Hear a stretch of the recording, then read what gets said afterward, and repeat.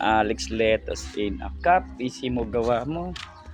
Makulimlim na paligid. At yung lettuce natin, ito na lang ang natira.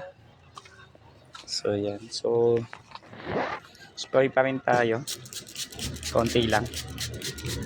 So 41 day. Dapat ganito siya kaganda. Ang junction. Diba?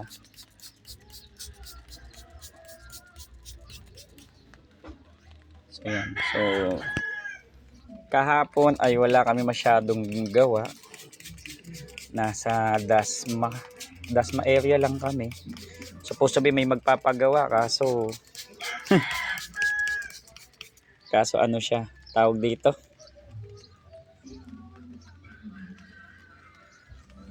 May insekto pa rin.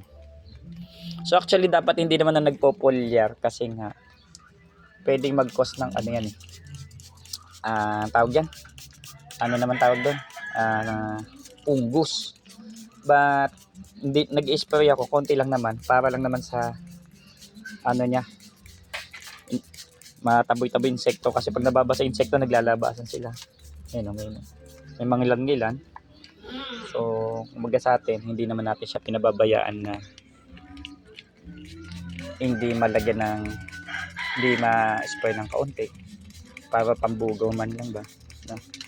Lumayas yung mga hinayupak na insekto. Diba? So, hindi ko na siya dadamihan. So, ganyan. So, yan yung 41 days ng ating lettuce. So, malalaman natin siya kapag siya ay fully grown. Is itong puyo ay puno na. Ayan. So, ito halos full grown na rin. Dapat ito hindi pa masyado. Ito, dapat ganito siya. Pag ganito is full grown na siya. Ayan. Sa junction naman, ito is medyo bansot siya. Talagang malaki to. Malalaki ang dahon nito. So, pinagtataka ko lang So, ayan. Tsaka dark green. So, ang laki ng kaibahan ng junction ngayon. Duda ko mga old stock to o old seeds. Ito kaya nag-spray ako ito.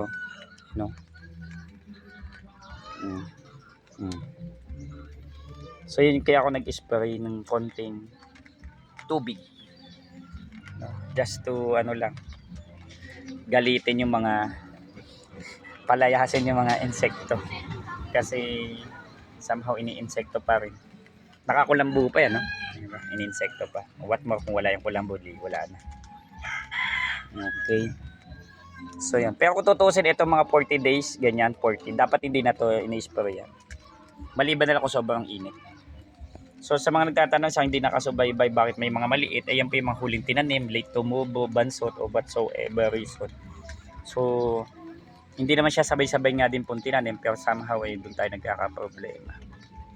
Okay. So out of 200, ito na lang ilang 15, 30, 45. 45, 51 na lang. Tapos yung may mga damage na nandoon. So check natin yung mga lettuce na may damage. So bakit tinatawag natin lettuce na may damage sa mga hindi nakasubaybay? Ito yung mga nainitan nung nakaraan, nasunog sa initan. Ayan, ito pa yung mga namatay na iba pa. Yun may mga nagliliparan.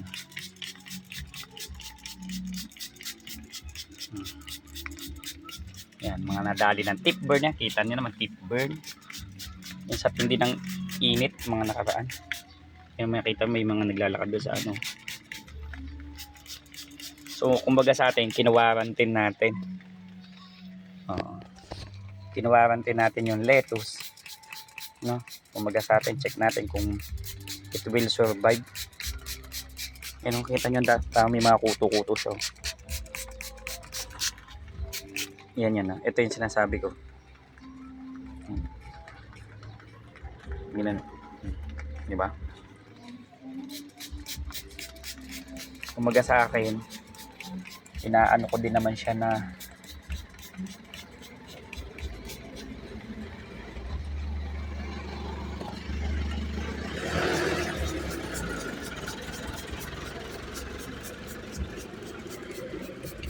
ito, yan.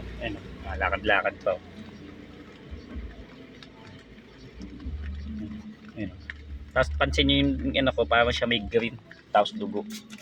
So yun yung binubugaw ko din sa kabila.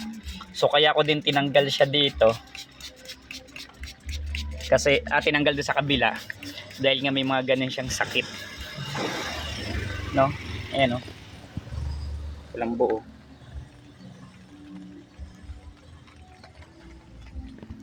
Diba? So nabubuhay siya sa may kokopit, doon siya tumitira. So baka ang analysis ko siya ay dito sumisira ng ugat. Ayan. Sinisira niya yung ugat ng lettuce.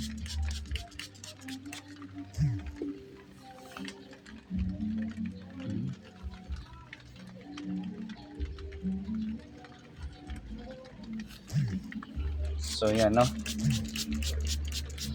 Binabasa natin siya ng tubig. Pag binabasa kasi sila, ayaw nila ng tubig. Pero pagka mainit ang panahon, very active sila, no? Super active nila.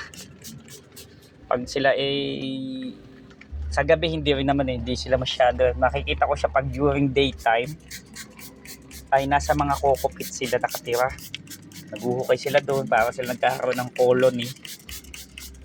And then may para siyang kuto ng pusa na pagka hinuhuli mo, natalon-talon yan. Natalon-talon. So hindi mo siya mahuhuli kung hindi mo siya mababasa. Pag nabasa naman siya, nahina siya.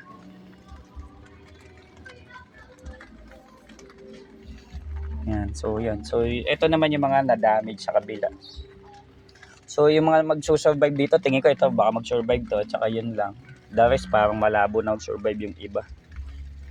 Okay. So ang ginawa lang naman natin ay quarantine. And then sana mag-survive pa sila.